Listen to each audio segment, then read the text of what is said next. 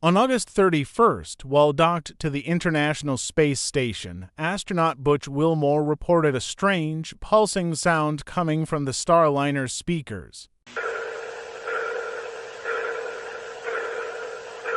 It was kind of like a pulsing noise, almost like a sonar ping.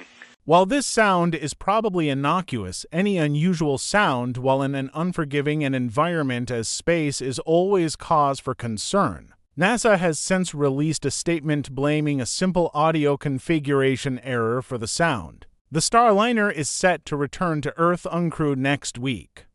What do you think is causing the noise? Let us know in the comments.